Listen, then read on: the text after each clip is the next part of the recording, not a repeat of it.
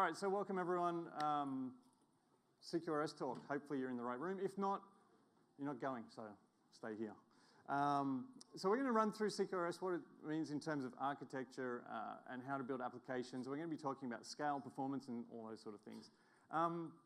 Just so I get a feel for the room, who's aware of what it at least stands for? That's a good start. Who's implemented something using the pattern? That's probably what I expected. Okay. So we'll do the introduction, which is this. Hi, that's me. You can find me later, just search for me. Richard Banks, Twitter handle, email address. Too long, didn't read, don't care. Okay, so what I want to do in terms of this talk is really position this as a way of approaching application design so that you can support, obviously, scale and performance in production and deal with a lot of the problems that you might currently have in terms of how your applications currently run and the types of results you end up getting when you build code. So we'll run through common problems, as you can see. What CQRS is, which I said before, was kale, quinoa, rice, and sorghum, not realizing kale's spelled with a K, because I'm awesome like that. And then some implementation, we'll show some code, and then how CQRS helps with DevOps. Now, this is pitched as a 300-level talk, mainly because I tend to go quickly with talks, and I throw a lot at you. I figure if you're coming to a conference, then it's my job to try and smash as much into your head as possible in as short as time frame as possible. So bear with me. If you get lost along the way, it's okay to start drooling out of the side of your mouth. It's not a problem. And we'll go for it. All right, so we got, I don't know.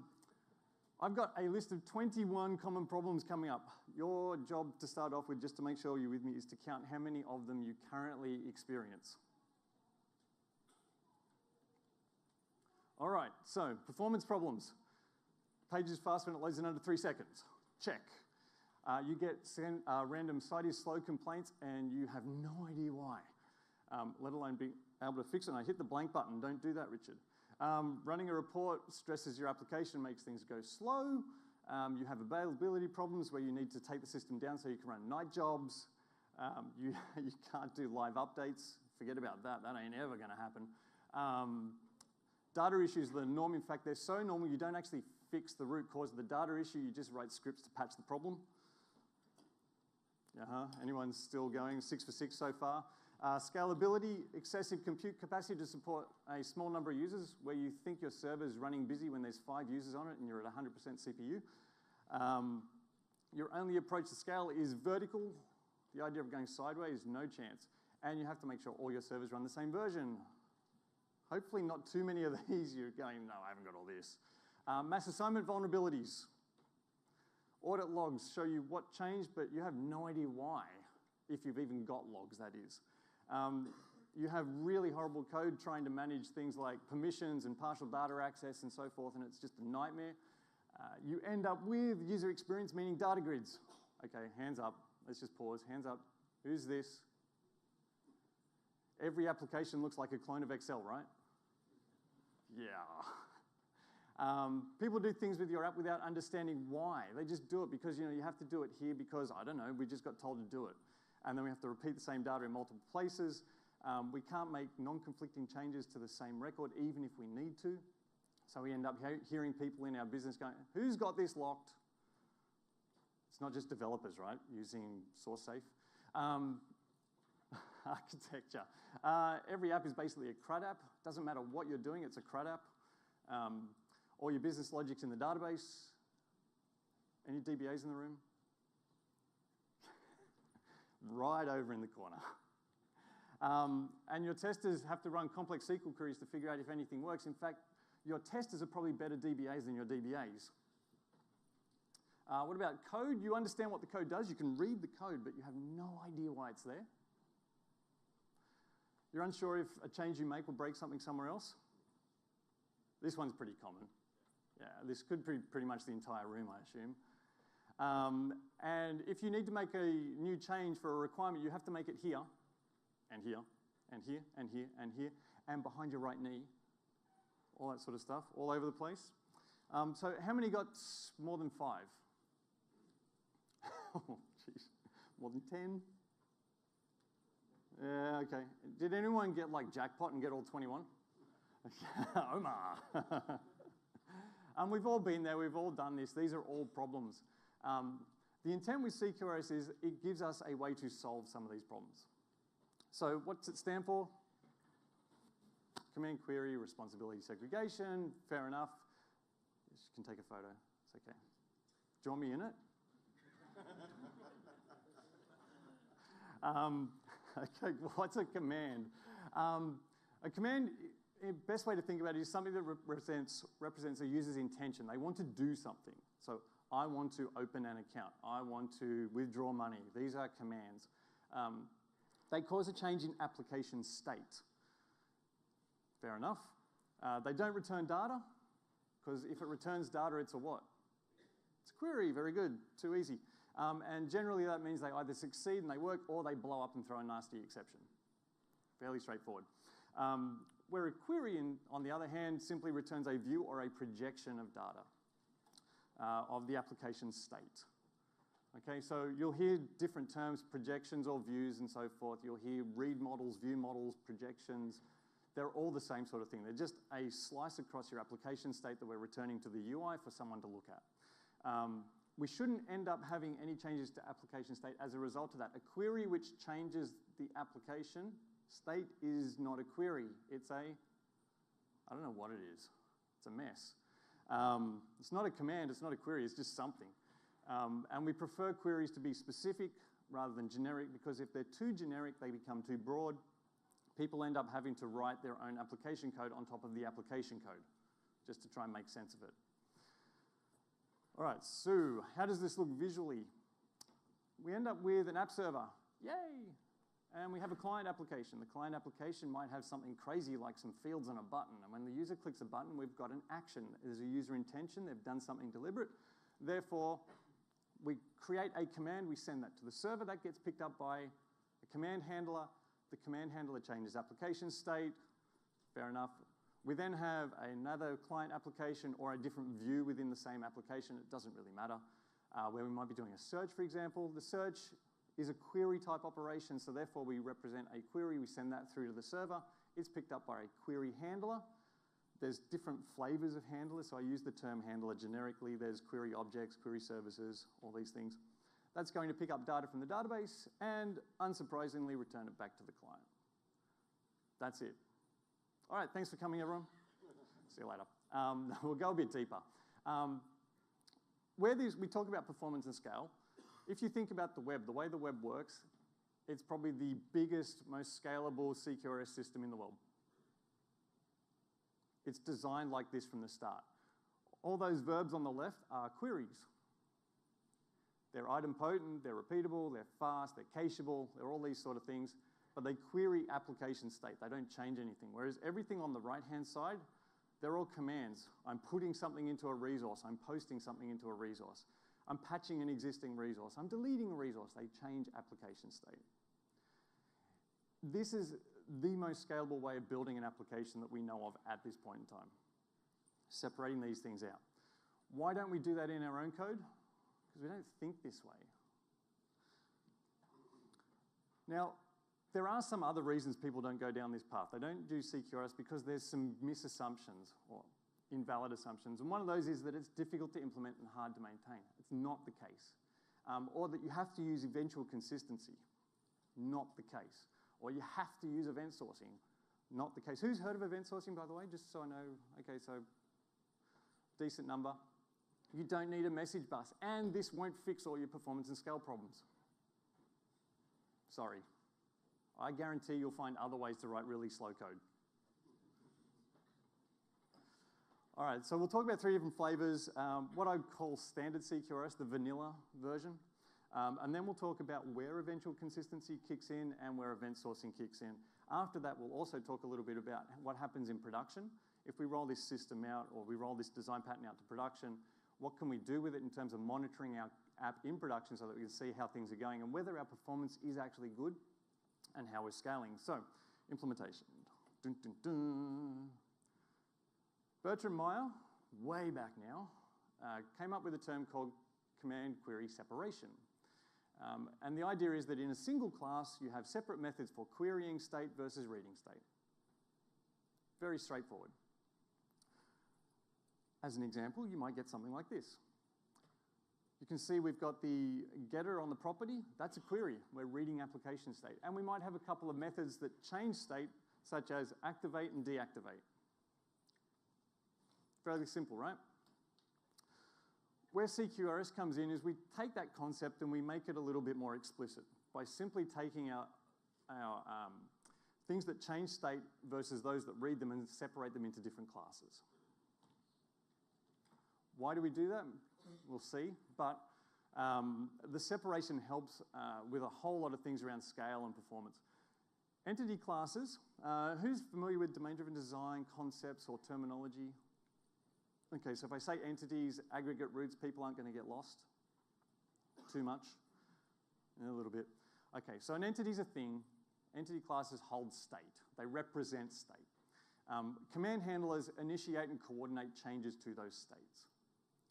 So an example here, I take that existing class I had before, user account, and I mark the methods that change state as internal. I don't want them accessed by anything other than the command handlers. If you're familiar with hexagonal architectures or ports and adapters, we can effectively treat our command handlers as the port into our domain, and then we will make our changes in there. So we're isolating it so we protect our domain, make sure it's only accessible from command handlers. If I've lost you there, I apologize, but it's a 300 talk, we'll keep going. And then I have a command handler here, and you can see this is fairly simple code. It's more to show you the concept rather than a full implementation, but something like activate account is a command. And you can see the wording of it is designed as how a user might interact with things. I want to activate an account. Well, let's call the method activate account.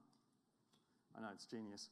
And the return type here is a void because a command either works or throws an exception. Fairly straightforward. And we come in, we find the account we're doing, we call the activate method on it. If it works, that's great, we'll log success. If it doesn't, we throw an exception. Simple pattern, simple to code. A query service is a projection of that state. So if I wanted to see things like, what are my active accounts? I run a little link statement and I return an enumerable of the account names that are active. That's a query. Note that I'm not necessarily returning all the full objects. I don't want to necessarily return entities from queries because that can lead to things like mass assignment vulnerabilities. For those who are aware of what that is, it's basically when you send everything to the client, and then when you save, you take everything the client sends you, and you just save it into the database. Rails applications were vulnerable to this for quite a while. GitHub had a very well-published problem about this, where people were sending user account details to the client. They could change their admin flag, update their account, send it back, and now I'm an admin on GitHub. Happy days. Obviously, that's been fixed. And that might seem easy to do at the moment, but let's say I've got this here with user account, and I start adding more properties to the user account that I don't want clients to see. I can really easily leak information out to consumers that I don't want. So try not to do that. Try to make it as specific as you can. Make sure you return DTOs rather than anything else. And of course, you look at this and you go, hang on, Richard, this is so much more code. Before, I just had like a single class. It was just a couple of properties, and that's it. Yeah, it's more code, but if we're thinking about an application and maintainability and some of the other things that come down the path with this approach, then it gives us a lot more flexibility. It's more expressive. It's easier to understand where things exist. I'm looking for a water bottle. Ah, there's one. All right, so command handlers, while I hide down here, as we said, coordinate persistence. So coordinating state change does involve coordinating the saving of state as well. So we want persistence ignorance in our applications. We don't want our entities to know how to save themselves. So the logical place for that is inside a command handler. Make sense? All right. What about query objects? I mentioned query services, query object. A query service is basically the idea there's a class that handles all queries related to a particular entity. Fair enough. A query object is a slightly different approach. It simply says this is an object that represents a single query. Generally, it's a property bag, and all the query objects have the same pattern and something like execute or run or some other method that they all do, which is the actual querying. So we could do the active accounts query. Instead of running it as a method in the service, we simply run it here as a single class. And you can see, in this case, I don't need any parameters, but I have an execute, it returns data. I don't really care which way you want to do this. It's up to you and how you manage your code, whichever way makes most sense for you. Like all things in architecture, there's a trade-off. If I've got a query service, I end up having potentially lots of methods in a single class if I've got a large entity I'm querying on. If I use query objects, I might have a proliferation of small classes that I then have to figure out how to manage in terms of organizing my application so I don't end up just spreading everywhere. Make it easy to find. So you're just trading those two concerns off more than anything else. Now, common question I get from this is that if you think about the account class that we looked at with the activate and deactivate methods, and I've got a command handler, well, do I really need this whole activate and deactivate method? I can just get the command handler to call the flag on the activate is active property, correct? I might as well just, command handler comes in, just goes, account.isActive equals true, save. It's a really easy bit of code, very simple to do, nothing really going on. Sure, I can do that. Looks like that. And if you think about properties in .NET, they're automatically separating our updates from our reads. Getters versus setters, it's implicit. That there though, what is that? Anyone know that? C#. And the Smart Ass Award goes to. That's what we call an anemic domain model. Anyone heard the term? Okay, the anemic domain model is basically saying our domain model doesn't have any behaviors in it. It's just a property bag. All properties, no big deal. All the domain logic lives somewhere else. Is an anemic domain model okay? I'm going to give you the consultant answer, which is, yeah, it depends. Always it depends. The real thing to consider with whether you do an anemic domain model or not is what happens over time. One of the things we want to think about when we architect systems is not what's the requirement today, but what's the requirement in 5 years' time that we haven't yet thought of. What are the needs we've got that we haven't even considered at this point in time? Do I build expecting change, or do I build for today and tomorrow can worry about itself? If that's the case, if you don't care about the future or your app is just a CRUD app and you're basically rewriting Excel or Access, firstly I'd say why? Just use Excel or Access. You don't need to. But if behaviors are going to occur and you're going to get new behaviors introduced over time, where do you make those changes? So let's say your user now comes up, well, I don't want you to activate if you haven't validated, not validated, because that's not a word, email addresses. Make changes where they most make sense, which is inside the domain entity. I don't want to embed the behavior in the command handler, because if I put it there and I end up with another command that does something similar but different, I end up repeating my code, and I come right back to that problem we talked about before, where if I need to make a change, I have to make it here, and I've got to remember to make it here, and I've got to remember to make it here. I want to only make changes in one spot. So these things, even though they might not be doing much at this point in time, we're building with an expectation for change in the future so that we can do things like that. Make sense? Okay. Now, how does this help with performance and scale? Great question. Firstly, let's start with queries. Optimizing queries. We've got two aspects for performance. We can optimize our queries and our commands in terms of how they get handled. From a query perspective, if you think about it, queries are just retrieving a projection of data. They're just going to get something from the database, return it to the client. So why do I want to go through Entity Framework, for example, or Hibernate to get that stuff? I don't need to. I don't need to go through all the business logic to get things. I don't need to hydrate objects to get things back out and try and do complex joins or anything else. I could simply do something a little different, go straight to the database. So yeah, sure, my commands might come in through the handler. They go through the domain. They get business rules applied to them. They change state. But then a query should just be doing that. Skip the domain processing entirely. You've already done all that processing. The data's there, just go and read it. Too many times I see people writing queries that go through their domain objects again. They go and bring these objects back. They make sure they're all valid. They put things together in application code. You don't need to. Just go to the database. But if we're going straight to the database, we can optimize things further. We can actually denormalize data and have projections that are pre-calculated already.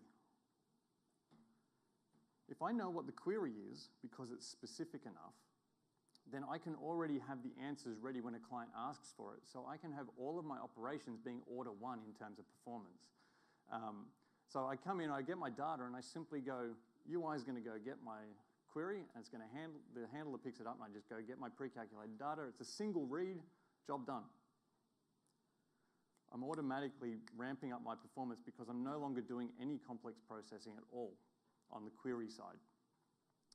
I can even then use caching, and I can invalidate my cache if the query projections change.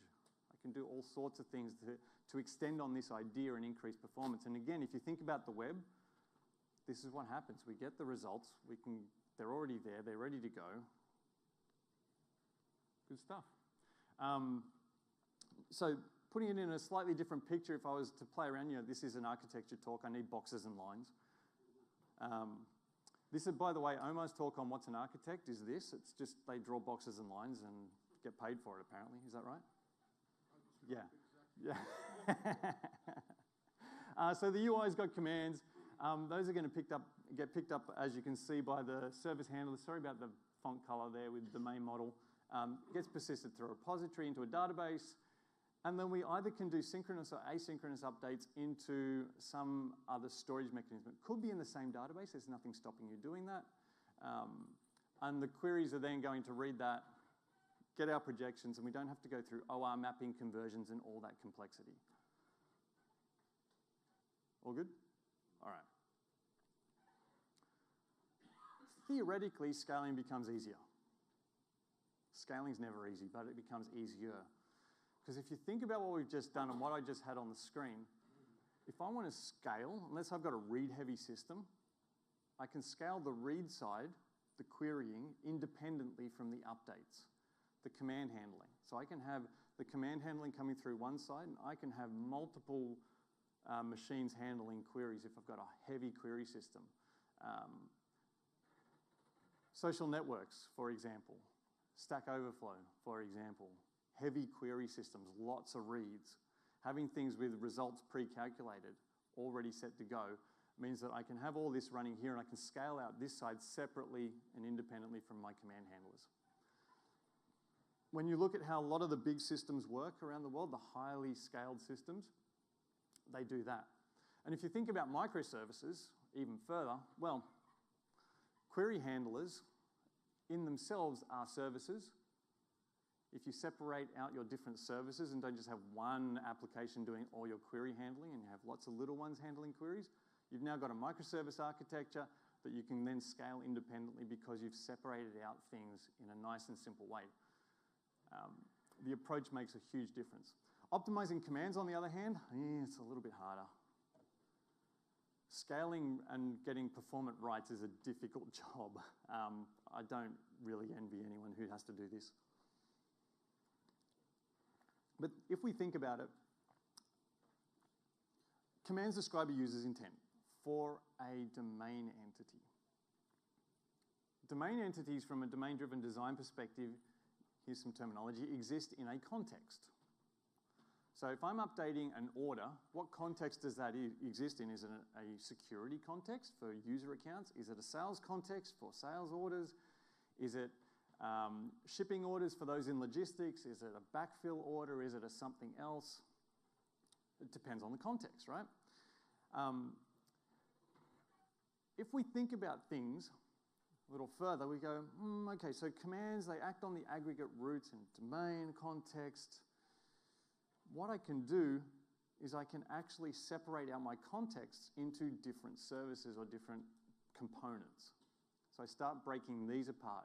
And one part of scaling is simply to say, if my application is dealing with multiple contexts, split them. And I'm sorry if I'm going too fast with the photos, but you can download the slides. I thought you knew that. Everyone knows you can download the slides, right? You do now.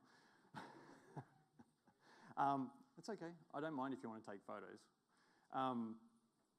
So you can see now I can scale potentially out on the right side as well. If I think about how my commands are working and just have a context for the sales account running as maybe on one machine and another one for shipping on another machine, another one for security somewhere else. And the security one's interesting. Anyone done using OAuth providers or anything like that? Identity server? Identity server is a way of separating this stuff out, right? We're taking a domain context, which is security, and separating it out from the rest of our application context. AD authentication is exactly the same thing. We let AD handle our security context. And we interact with it, but it's a different domain. So this, again, starts building us towards this approach of what CQRS is. If you go beyond that and you need to scale your rights even further, you need to think about how you get streams of data in. You're going to have to think about load balancers, and you're going to have to think about sharding your data and how do I handle things, because most of the time, rights can't be done in parallel on single entities most of the time. You could, if you want, depending on how complex you are, separate out your commands in a single context and have some things handling some commands and others handling another subset, but those commands are probably going to interact with the same entities at some point. And if they're on different servers, you end up having issues with where does the current state of the thing live, and it just gets too messy. You end up having race conditions and all sorts of things that are going to mess with you.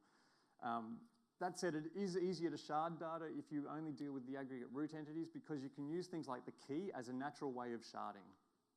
So if I have a key based on GUIDs, I might just take the first character of every GUID and scale out across 16 different machines and just use a load balancer to inspect the request and then push it to that one, something like that. Different ways of cutting this particular problem apart. Question, do we have to split the data across separate databases? I just showed you a whole lot of sharding there, a lot of scaling and so forth, and I had little different pictures of databases. Do I have to run it in separate databases? Answer? No. Of course not. Best approach for any of this is don't split anything until you need to, because as soon as you run distributed anything, you just took your problem and made it worse. You had one problem before and then you went distributed and now you have two. You can keep your normal SQL database. Keep doing everything with that without a problem at all. In fact, SQL has a nice support for CQRS systems. They're called views. You might have heard of them. They're great. Use them. It's okay to have lots of different views. Your DBAs might get a little upset if you have too many of them, but if you buy them beer and pizza, it can be quite amenable. Or if you just put your arm up, like their arm up behind their back and bend them over and say, you give them a knuckle rub on top of the head, something like that. Lots of views is good. You're already pre-calculating the results. DBAs are able to help you make sure those views are really performant, and you're not doing a whole lot of complex SQL queries to try and join data at runtime when a query is made. You've already got those results set to go. So your performance is going to be much higher as a result. Sometimes, though, you might have things like dashboard or aggregation queries where you've got a lot of data to process to get a result, and you might end up running maybe a SQL job, for example, that says, every 30 minutes we're going to calculate the results of this query so that the next time someone looks at the dashboard, we've got our refreshed view of the world. That's cool. That's not a bad idea. From a user experience perspective, just make sure you show when the data was last refreshed so that people looking at the dashboard don't go, is that current or not? Now, hopefully, some of you in the room have picked up the fact that if we're showing last refresh stuff, what I've actually described just here is eventual consistency. Because my system as a whole is only consistent once every 30 minutes. We're eventually consistent. This is a really simple approach to it. Now, CQRS does not require eventual consistency, okay? Not required at all. You don't have to do it. But the idea with it is that query data is updated by a separate process than the ones that handle the changes to application state, okay? This means there's less work for command handlers. We can play around with database text so that we can have different storage mechanisms based on the types of queries we might be doing.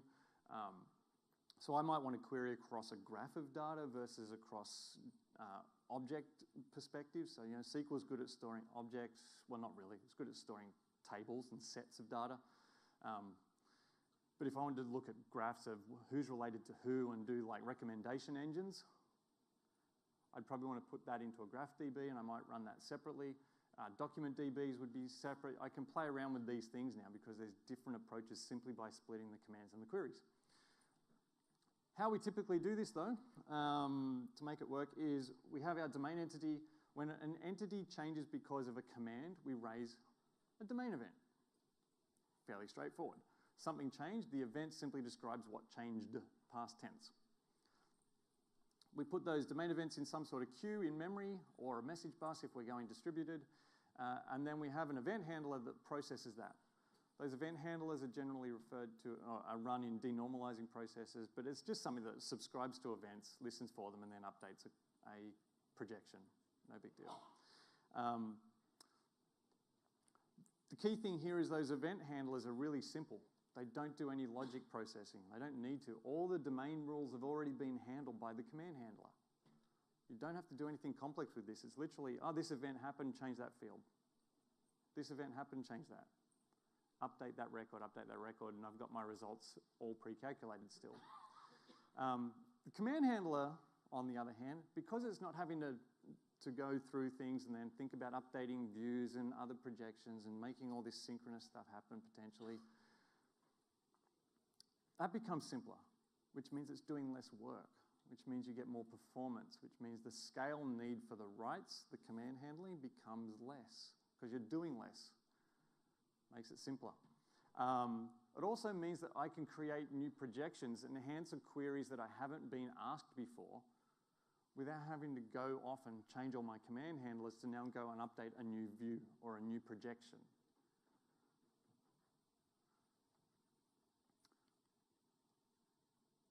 That said, as I said, distributed computing is more complex. Dealing with asynchronicity is a bit trickier. You've got to change and rethink about your user experience. So a few things on user experience.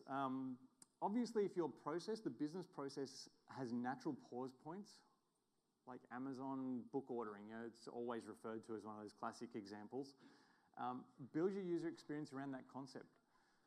CQRS, because we've got all these commands in, really drive us towards this task-based UI in terms of a flow.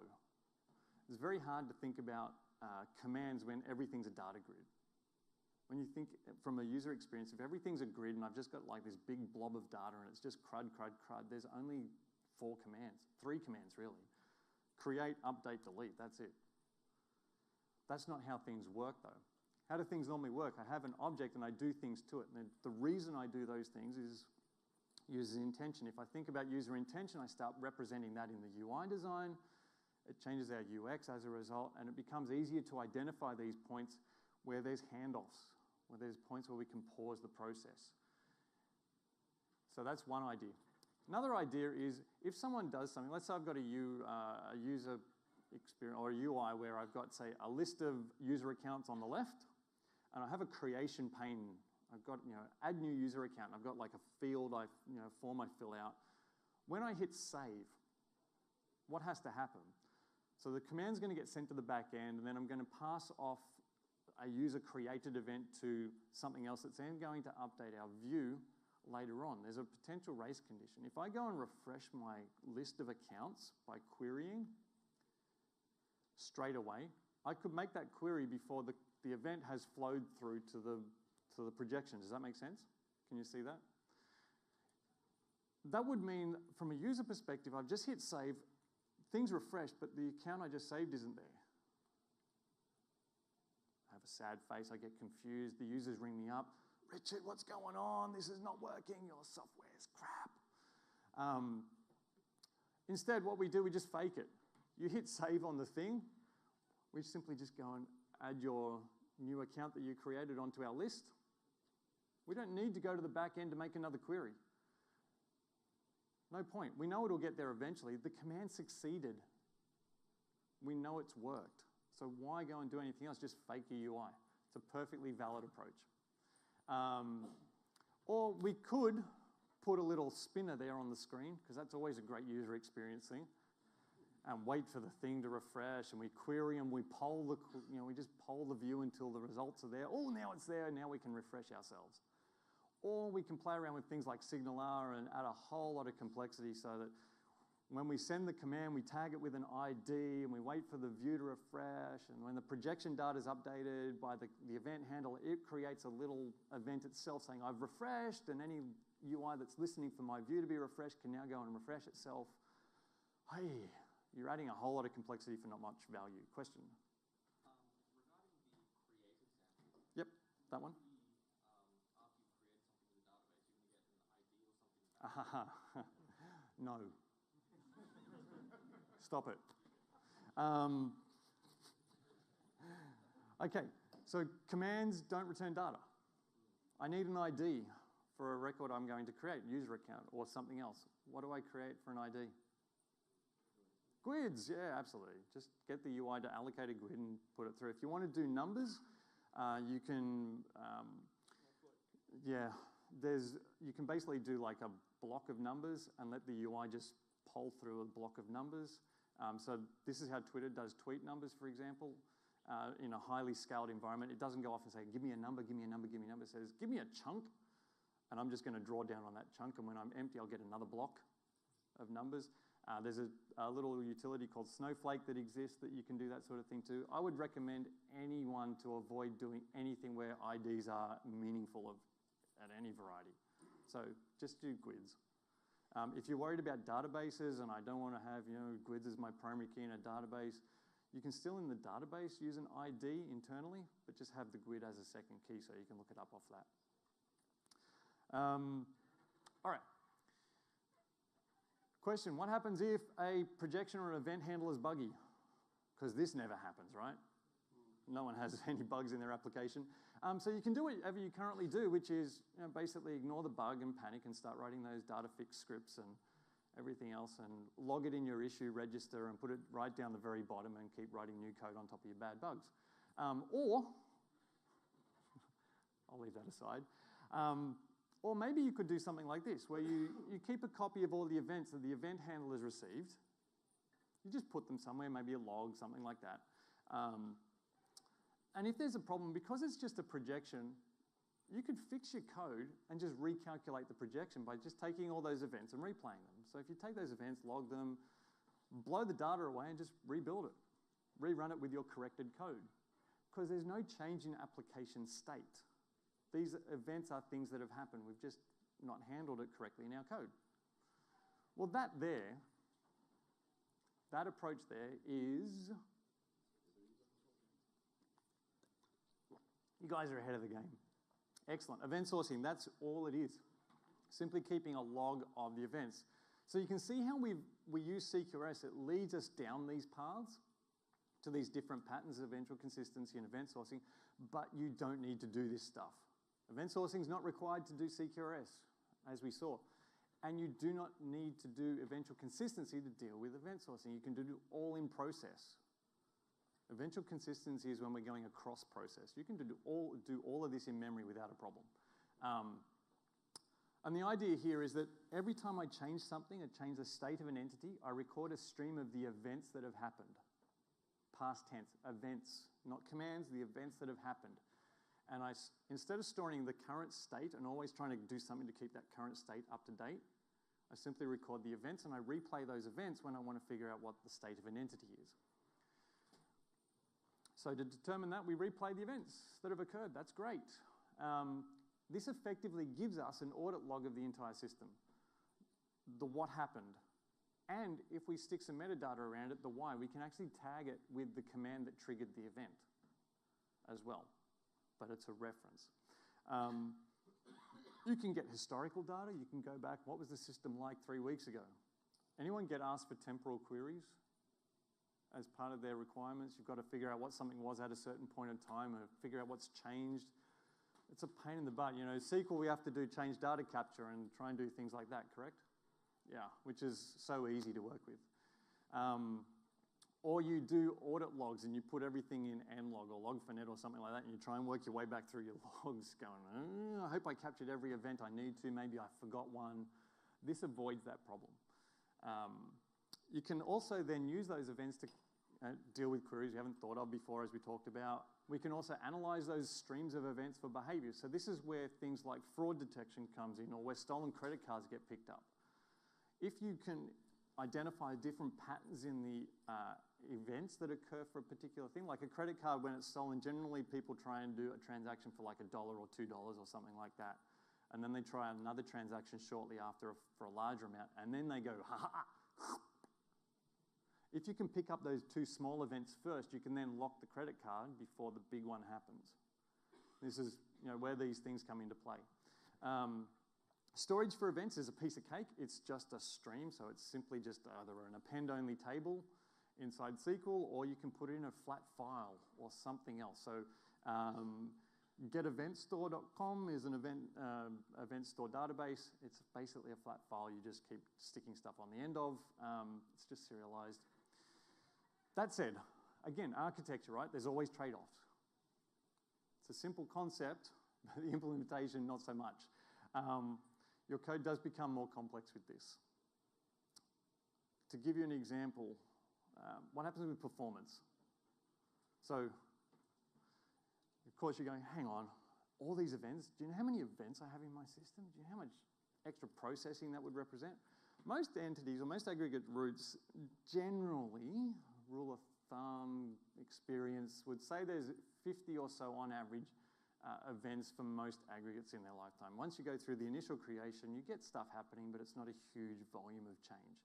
Replaying 50 events doesn't cost much.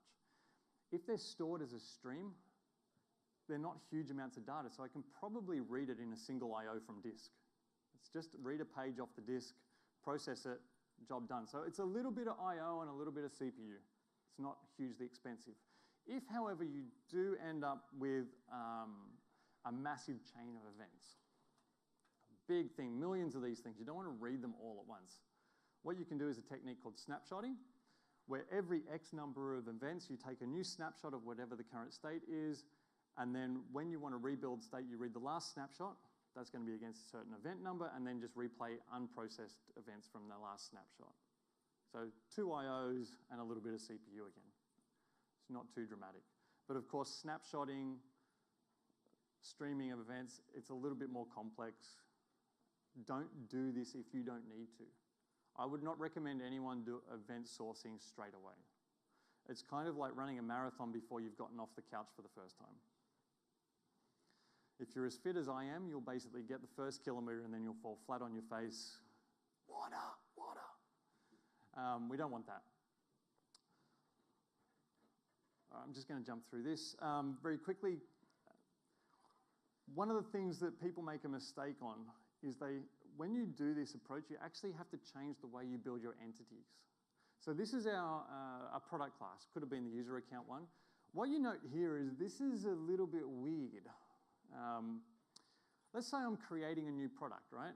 I'm going to have a domain event saying product created. That's going to get triggered, whatever else. So I have the constructor, I validate the name, do whatever the business rule check is, and then I'm simply not changing state. At the end of this method, or at this point in time, I haven't changed any properties. The product itself is not really initialized. What I do is instead I create a product created event with the appropriate properties on it, and then apply that event straight away. Applying the event, that process behind the scenes adds an extra event to the stream. So it creates a stream for this object and then puts the first event in that stream, and then immediately does the state change. This is a weird approach. First time I saw this and played around with it, it's like, hang on, this doesn't make sense. But then I understood why. Because if I wanted to rebuild the state of this object normally, and I get the product created event, and I need to build an object back up from memory, because let's say I turn the whole system off, right? What has to happen? Well, I have to come back and I'd probably have to call the constructor again to change state, right? But if in here I was sending email notifications, Or let's say it was the user account and I was sending, please validate your account. And every time I restarted the system, I sent a please validate your account to every user in my application. I'm not going to be very popular. Because there's side effects to commands, but there's no side effects to replaying an event. Clear? Do I need to give you a bit just to think, ask the questions? I've lost you. It's okay. All right, so in terms of where we're at, we've looked at CQRS, we've looked at some sample code, we've thought about some of the complexity and so forth that occurs, and there's different levels. We're not quite done, but you can ask a question. This one here? Yeah. This one? Yeah. If the entity structure or design changes, yes. your event source will be invalid. So what happens? The question is, what happens if the events change? You know, what happens over time? So you have to deal with versioning. And this again adds to complexity, right? So I might have a product created event at this point, and then over time I add new fields. Probably I can do one of two things. One is I can handle nulls in here, change the code so that if I add a new field and I look at my old product created events that don't have that property there, I have some sort of sensible default that I supply.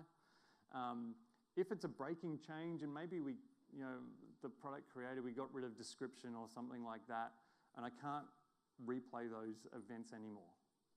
Now I might have to have a product created V2 kind of event.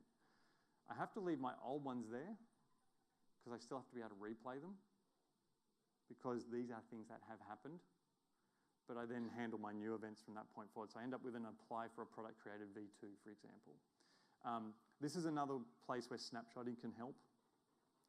What I could do if I wanted is I simply go, from this point forward, I'm going to ignore all the old events in the system. I'm just going to snapshot this thing and then move forward from this point. There's pros and cons to both approaches. Probably the hardest part with this is if I introduce a new query, and I want to look back at the history prior to the snapshot, what do I do? So this is why I don't recommend you go down this path, especially early on. Learn to go through normal CQRS first, just get that scaling and performance sorted out, create queries that are optimized for reading, think about scaling your commands, think about even writing commands in the first place, because there's a design part there, then potentially the eventual consistency aspects, and then this maybe. Just because you read it in a blog doesn't mean you should do it. That's number one takeaway, right? What have you said of Ignite? Oh, definitely do it, definitely. All right, now the DevOps part. Let's say we build our application, we can theoretically support scale and all that sort of stuff. The ops guys are going to want to know what's going on. So how do I know what's happening in production? How do I diagnose performance problems? If there's an exception, can I figure out what the cause is? How do I trace actions across multiple command and event handlers? How do I see the flow of things in my system? And if you've looked at things like the Netflix blog where they talk about their microservices as well, this gets really messy because they can have one UI command come in that triggers off calls to up to, I think they say, around 100 different microservices. Trying to trace that sort of stuff is really difficult.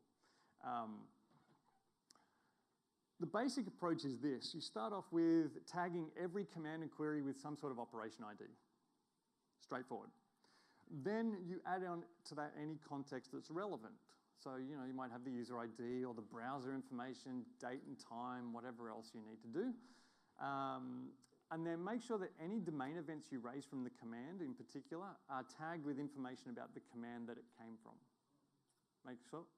That way you're making certain that you've got some sort of way of following things through the system. And then obviously any domain events you can add information you want on your own.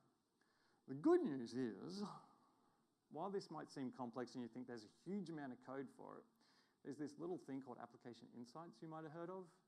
Anyone played with this? Ooh, surprising numbers. Anyone using it in real fire environments? And nice, nice.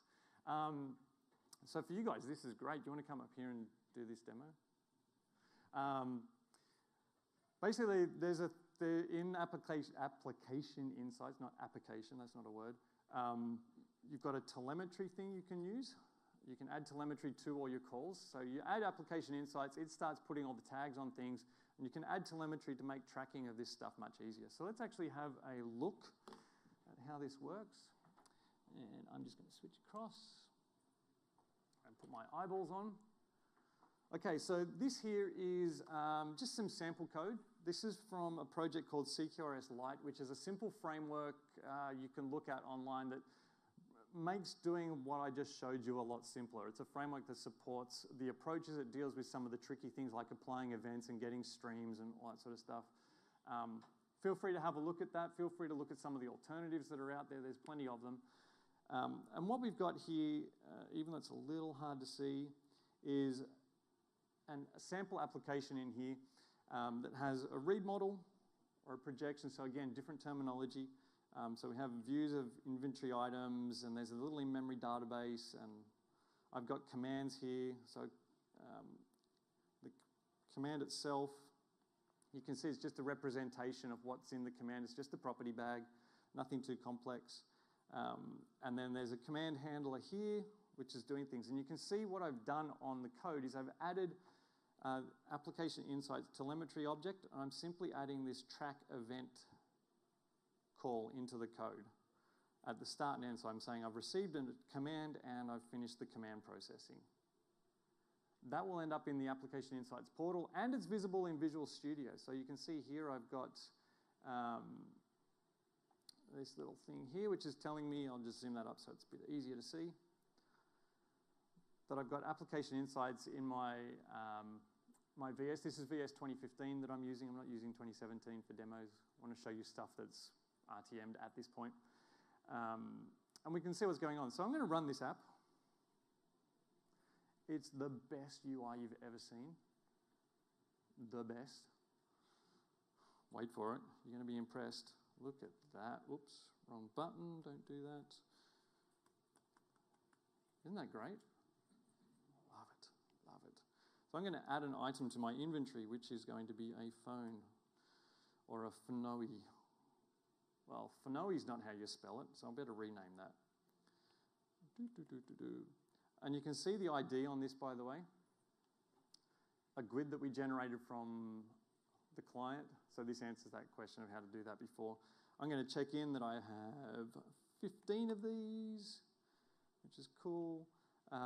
So now I've got 15 in stock, and I might remove some, remove 12, submit, and I might go and check in some more. I'm going to check in -6. Boom, I crashed. Oh, that's a bit sad.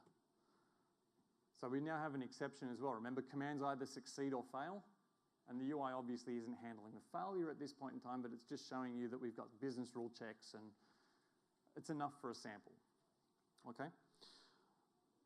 I've also got the portal open here, and unfortunately, if you zoom on the portal, anyone use the portal much? Yeah, have you noticed that if you do browser zoom on the portal, it basically becomes completely unusable? So I'm using Zoom It just to make some of this stuff easier to see. So you'll see me zoom in and out a little bit. Sorry if it makes you seasick. All right, I have App Insights here. So firstly, actually, let's do the live stream.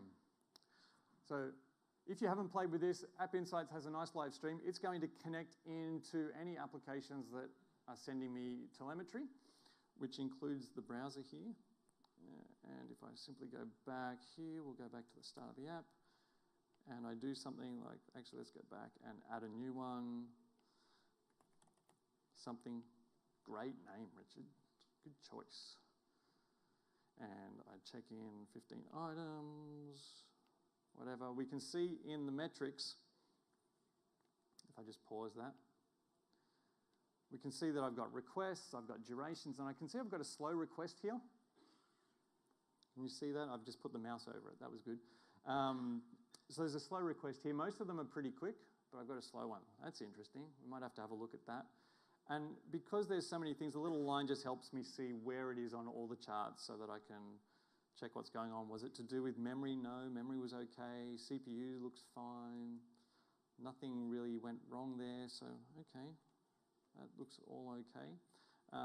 So what I'll do is I'll just jump back over here, and in my results, I'm going to look at performance for a second and get a view of what the performance of the application's been over the last, Let's just make sure my time range makes sense. 30 minutes. Update. All right. There we go. So here's some requests that have been coming through. And if I look at the list, I can see the add one there, the average time is 1600 milliseconds. That's interesting. Probably a little slow. So I can then click on that, and I will get another view showing what's happening with that particular operation. And within that, if I drill down a bit further, I end up with, let's go, there it is, a little note down here saying all the available telemetry for this operation. So this is now going to be all those events that I've created internally. So while App Insights will by default give me things like the REST operations or any web calls, I want to know what's going on under the hood. If I've got simple commands and queries and so forth, it's really easy to add that telemetry before and after each of the calls, so I can just go, give me the telemetry details, and it will say, here's what happened, here's the URL that got called. That was the details on it. We then received a create inventory item command in our telemetry, which is the one I showed you before. That caused an event to be created called the inventory item created event, which got processed, and then the command processing was completed. And if I look at the time, I can see there's actually a bit of a gap here. If I wanted, I could probably get a little bit more fancy with this whole thing and go into the analytics view. So with App Insights, there's an analytics feature, which I'm going to avoid at the moment, just in the interest of time. But if I click on one of these, I might go to the create inventory item and have a look at the details on it, and I'll just zoom it up. And you can see it's got event time and name, and then I've got some custom data. So I added some extra metadata of my own, which is the item ID, 84, whatever the GUID is, and then the name of the object, which was Fanoe. That's how you pronounce that, right? Fanoe.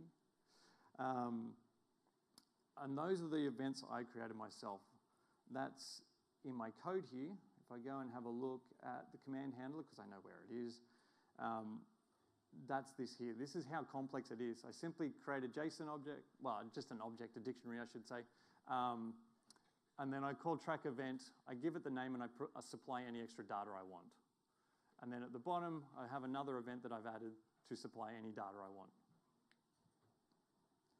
And you can see, hopefully, why my code is so slow. I left a debug thing in there because I was playing around with race conditions before. Oops. This thing never gets to production like this, right? Yeah. So what we're seeing, though, is because I was able to separate my commands and my queries out in terms of the design right from the UI call down, the UI is built around this concept, it was really easy to isolate where a performance problem was. Yeah, it was also really easy because I made sure it was a nice demo. But that concept of where's a fast query, where's a slow query, where's my CPU spikes happening, what's occurring on the server at that point in time, these are all things I can do, and the telemetry that I can add with App Insights means that it's much easier to diagnose where problems are. I could, if I want, play around with other things as well, such as the application map. This is a bit of fun. So the application map will look at the telemetry information and see where it's coming from and tell me what's going on. So it's picked up the fact that I have a client application and a server, and if I was running in microservices with multiple containers or anything else like that, I would be able to see all the interactions that are occurring. Where are the calls going? How are things being bounced around between machines and so forth? So it's a really nice way of visualizing this stuff. And then there's a query tool, which is Project Custo, for looking at things as well. So if you wanted to do some of the insights around the stream, so if we were thinking about fraud detection, for example, as an idea, you could start analyzing streams of events and seeing what's occurring and playing around. So, jumping back to the other one. I know that was a quick demo. Just as a recap, in terms of where things are at, so we've looked at CQRS in its various forms, from the simple basic structure, why we do it, how does it support scalability, how can we start thinking about performance and optimizing queries in particular if we've got mostly read-heavy systems, which most applications are. Not all, but most. Anyone doing IoT stuff, by the way? Yeah, IoT is generally going to be write-heavy for a lot of things. So you have to think about streaming of things differently, but you also tend to have more events coming in, and those events are event streams that are tied to particular ID. So if you're thinking about event sourcing and IoT, there's a much better match for that, for example, because it's an easier thing to deal with. You're already built around that approach. So performance and scale, we looked at how we might monitor a system that's built with CQRS as a pattern right from the start. And that's pretty much it in terms of content. I do want to open up for questions because I'm sure there's a bunch.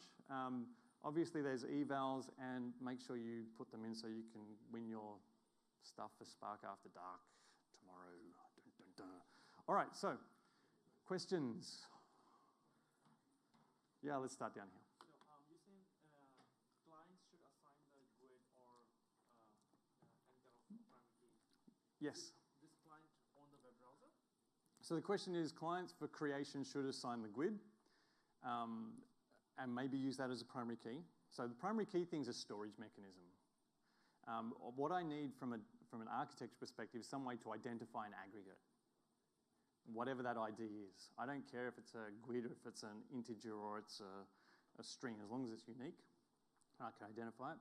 Who should assign that? Where does it come from? It comes from the client. So if it's a browser, yeah, it's going to be from the page. Yeah, so that's a security breach, right? Like Why? You're allowing So the question is, it's a security breach. I'm allowing any client to create an ID. ID And that could be really horrible, right? Yeah, I can create an ID that belongs to somebody else. You can create an ID that blocks someone else. Okay. With a GUID.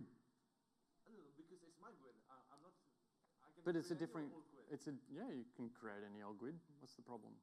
Yeah, so I can go FFFFF with this You somebody else's. could. So if you can manage to get a GUID clash, well done.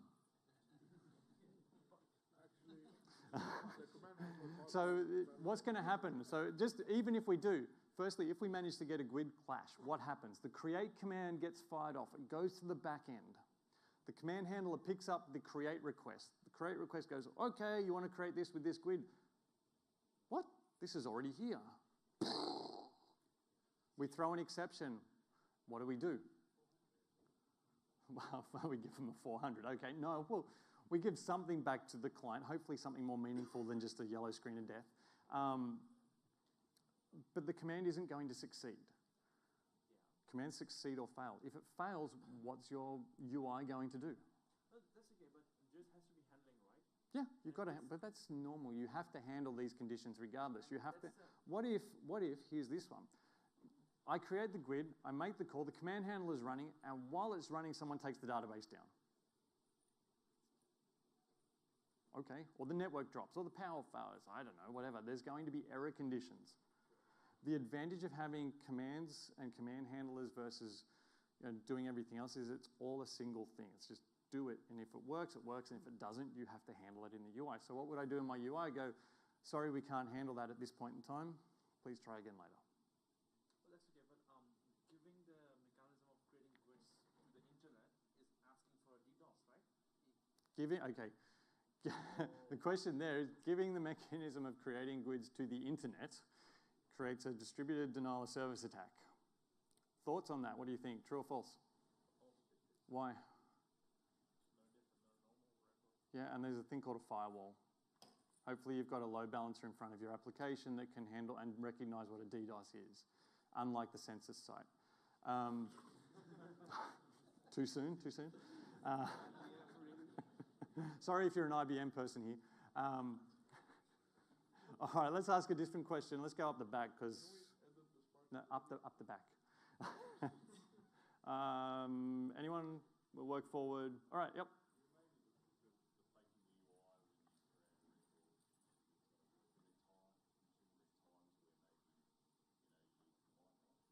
So the question there is, with the faking update of a UI, is there times where you do and times you don't? Yeah, absolutely. Yeah, and there are times where you're going to have different approaches, which is why I kind of represent there's at least 3 different approaches to this, if not a whole bunch more. With anything, you've always got to think about what makes sense in a usage context and how do I represent information to my users. I could simply say that I go and re-query the list and I have at the top information accurate as at whenever the last update time is. Which is kind of like those dashboard type processes where if you do Power BI and you're playing with data sources with Power BI, you generally have when the data set was last refreshed, and you can show that on the screen so people know when stuff was last looked at. So play around with the ideas and always think about who's using your application and what do they expect to see. So if I hit a create, most people expect that to refresh a list if it's on the same panel of browser. So faking it in that case is okay. If it was a different page and I was navigating to get the list again, I'd probably okay with not faking anything because I can't fake it at that point. I have to go and do a refresh on a different page. Let's go over this side. Over there, yeah.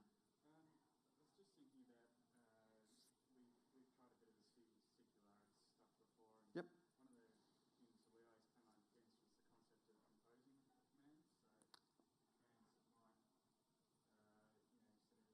does a whole bunch of different things, or several commands that kind of rely on each other. Yep. Is there a way of kind of composing those commands into perhaps a wrapping command?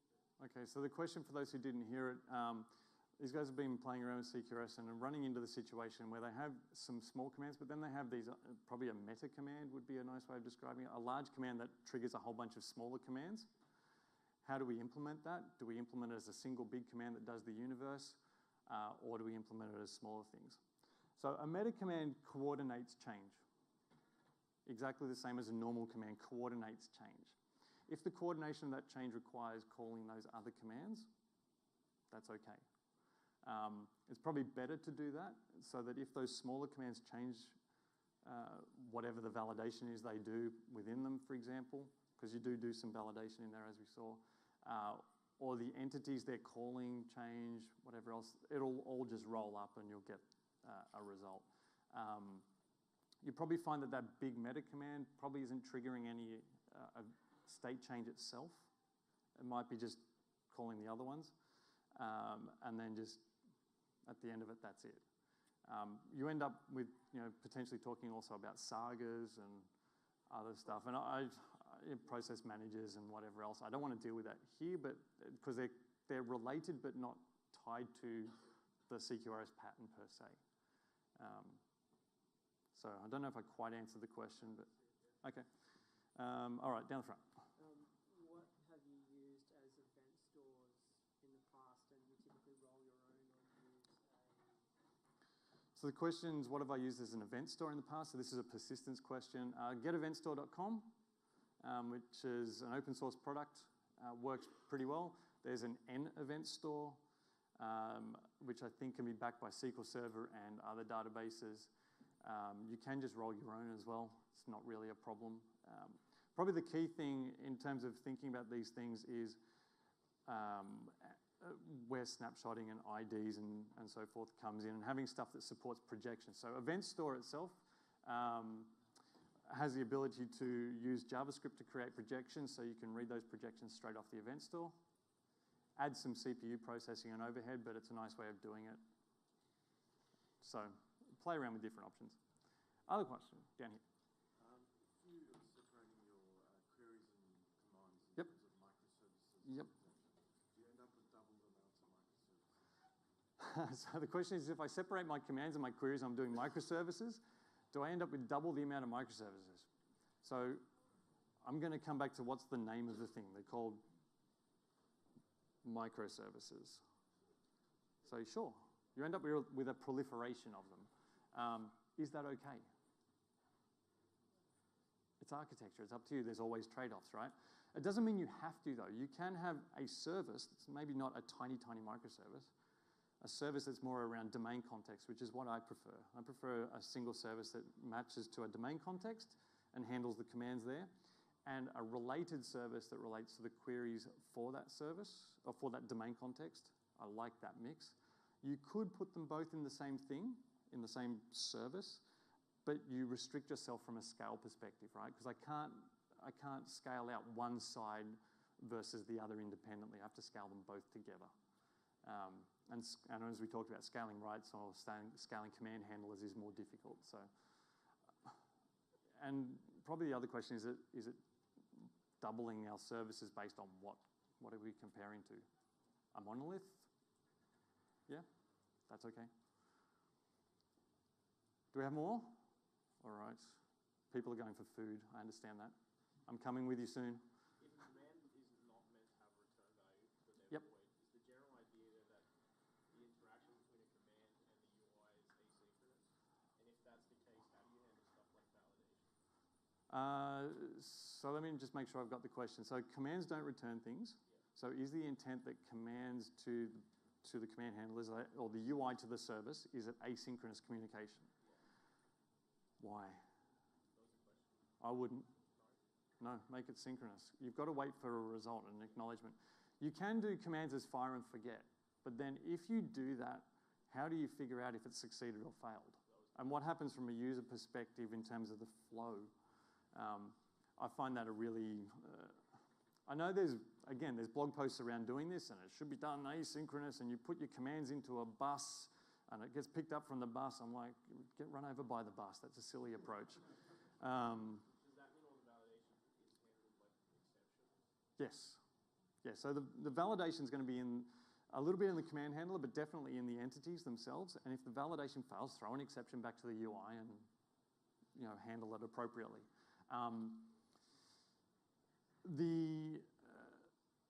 I'll pause there. I don't want to go too deep. Actually, I will. You don't always have to not return nothing. So again, thinking about the web, when you do a post and to a resource and it creates a new URL, right? So first time you post, you can return, for example, with that a location. It says the new URL you've just created is in location. So if you've looked at REST approaches and all that sort of stuff, it's more like, it's not so much a query, it's returning an acknowledgement. And so you can do that if you wish.